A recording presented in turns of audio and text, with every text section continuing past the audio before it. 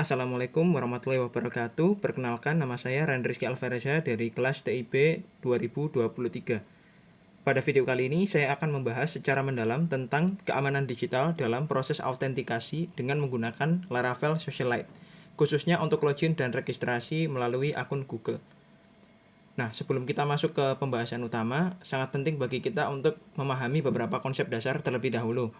Di sini saya akan menjelaskannya dengan cara yang cukup sederhana namun menyeluruh, sehingga baik audiens yang berlatar belakang teknis maupun non teknis dapat memahaminya dengan cukup baik. Yang pertama, mari kita mulai dengan memahami apa itu Laravel dan Socialite. Pertama, Laravel adalah sebuah framework berbasis PHP, bahasa pemrograman yang umumnya digunakan untuk membuat sebuah website. Bayangkan Laravel seperti sebuah kotak peralatan lengkap yang berisi semua kebutuhan untuk membangun sebuah rumah yang kokoh dan aman. Di dalam kotak peralatan ini ada satu alat khusus bernama Socialite. Socialite adalah package atau ekstensi resmi dari Laravel yang memungkinkan website kita untuk berkomunikasi dengan layanan seperti Google, Facebook, atau Twitter. Dengan Socialite, pengguna bisa login ke website kita menggunakan akun Google yang sudah mereka miliki tanpa perlu membuat akun baru.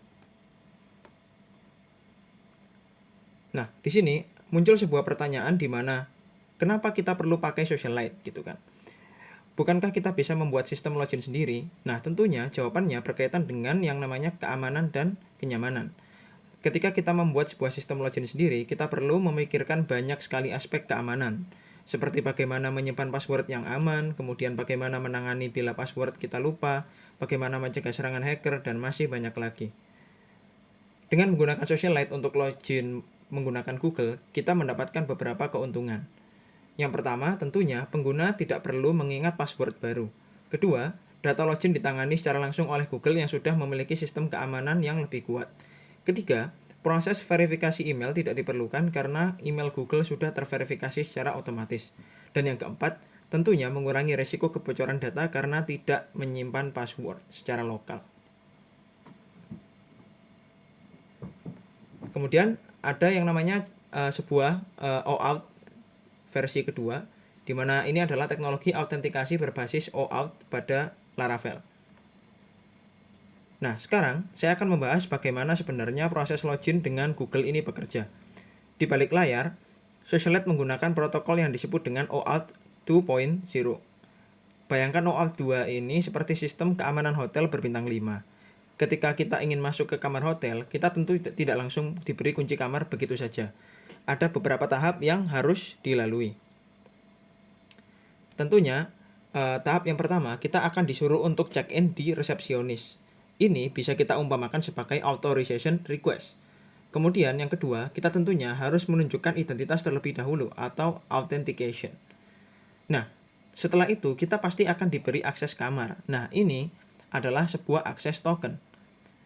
Selanjutnya, kita akan menggunakan kartu tersebut untuk masuk ke kamar yang sudah kita pesan. Nah, ini dalam Laravel disebut dengan accessing protected resources. Nah, dalam konteks login dengan Google, prosesnya mirip akan saya analogikan seperti ini. Yang pertama, pengguna akan mengklik tombol login with Google, kemudian pengguna diarahkan ke halaman login Google. Nah, setelah login selesai, Google akan memberikan kartu akses atau akses token ke aplikasi kita. Aplikasi kita menggunakan token tersebut untuk mengakses data yang telah diizinkan. Nah, di sini bisa kita lihat ada sebuah contoh sederhana dari sebuah kode yang mengimplementasikan hal tersebut. Nah, kode ini mungkin terlihat sederhana, tapi sebenarnya melakukan hal yang sangat kompleks di balik layar. Seperti yang saya sebutkan sebelumnya, ini seperti resepsionis hotel yang memulai proses check-in dan memverifikasi identitas dari tamu.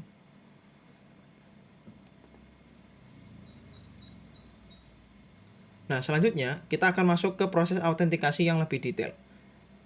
Nah, kita akan melakukan pembahasan yang lebih mendalam tentang proses autentikasi. Setelah pengguna mengklik tombol login with Google, ada serangkaian proses keamanan yang sedang terjadi. Proses pertama adalah pembuatan URL redirect yang aman.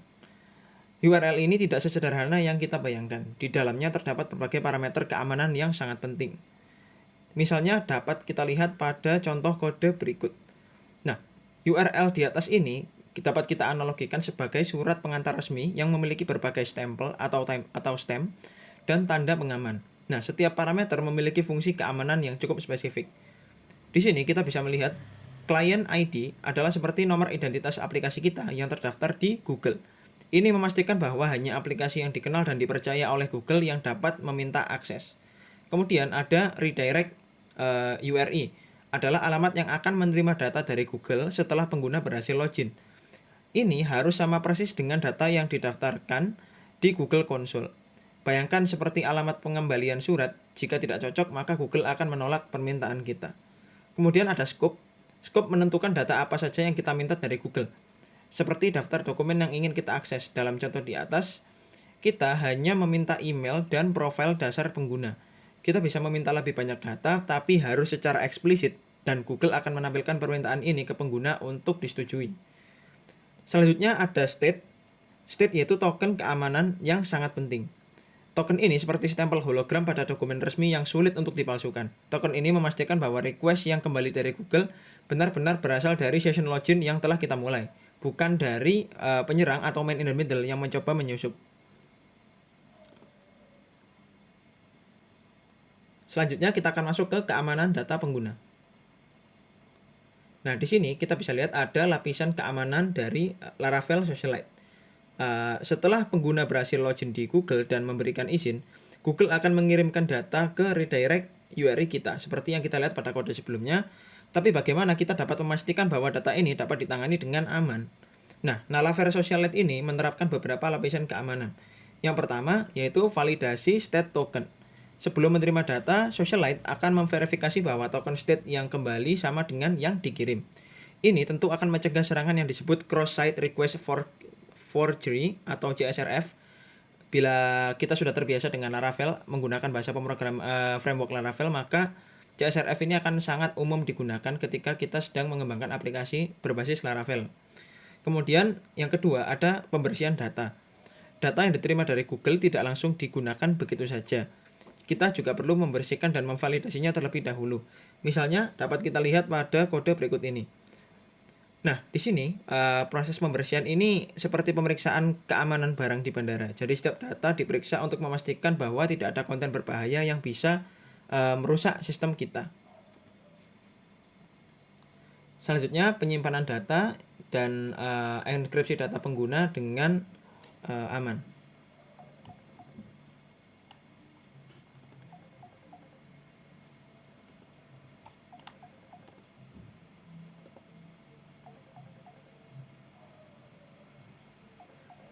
Nah, di sini kita dapat melihat bahwa di sini ada monitoring keamanan. Setelah data dibersihkan, kita perlu menyimpannya dengan aman. Ada beberapa praktik keamanan yang penting di sini. Pertama, enkripsi data sensitif. Data seperti ID Google pengguna harus dienkripsi sebelum disimpan di database. Ini seperti menyimpan dokumen penting dalam brankas dengan kunci khusus. Bahkan jika seseorang berhasil mengakses database kita, mereka tidak akan bisa membaca data yang terenkripsi. Kemudian yang kedua, tentunya dengan manajemen session yang aman. Setelah pengguna login, kita juga perlu mengelola session mereka dengan baik. Nah, Laravel menyediakan berbagai konfigurasi keamanan untuk hal ini, yaitu session bisa diatur untuk kadaluarsa setelah waktu tertentu. Kemudian cookie session ini kita bisa set sebagai secure only, sehingga hanya bisa dikirim melalui HTTPS. Selanjutnya ada option HTTP only untuk mencegah JavaScript mengakses cookie session. Dan juga ada same site policy untuk mencegah cookie dikirim dalam request yang cukup mencurigakan.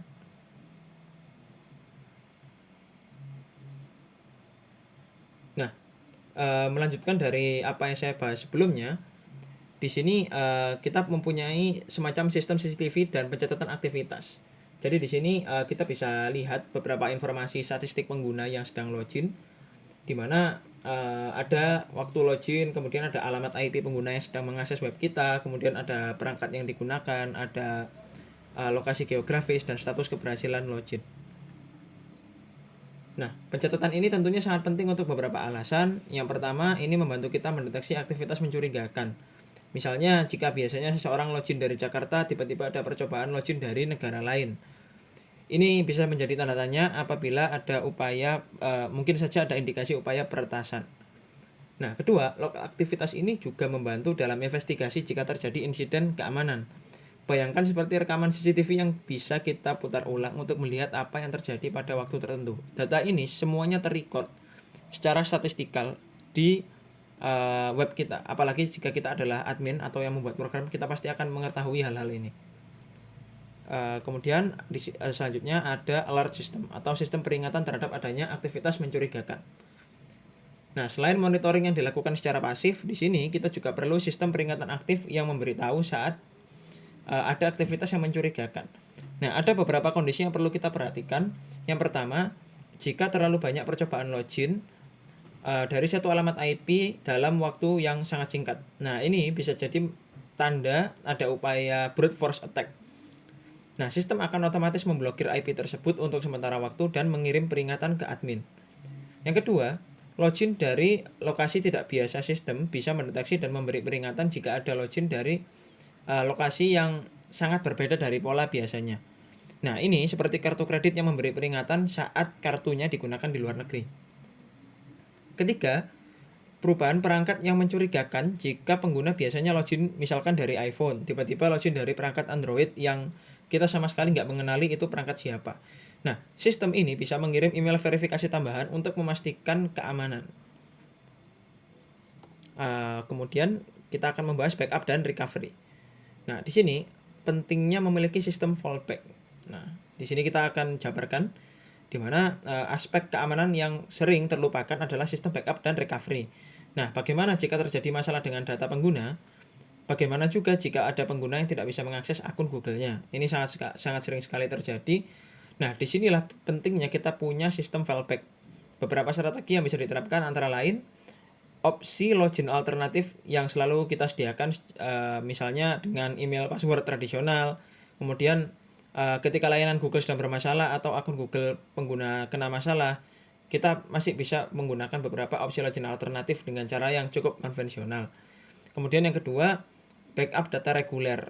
Jadi kita melakukan backup reguler terhadap data pengguna yang tentunya tetap memperhatikan aspek keamanan data. Nah, backup ini juga harus dienkripsi dan disimpan di lokasi yang aman. Kemudian yang ketiga, ada prosedur recovery. Jadi kita siapkan prosedur yang jelas untuk memulihkan akses pengguna jika terjadi masalah. Nah, hal ini dapat melibatkan verifikasi identitas melalui berbagai cara, seperti nomor telepon, email alternatif, atau metode-metode lain. Kemudian bagian yang terakhir yaitu peningkatan keamanan. Nah, di sini untuk menutup pembahasan kita sebelum kita ke ujung video, saya akan membahas beberapa praktik keamanan yang perlu diterapkan menurut saya. Yang pertama ada principle of least privilege, di mana kita hanya minta akses ke data yang benar-benar diperlukan dari Google.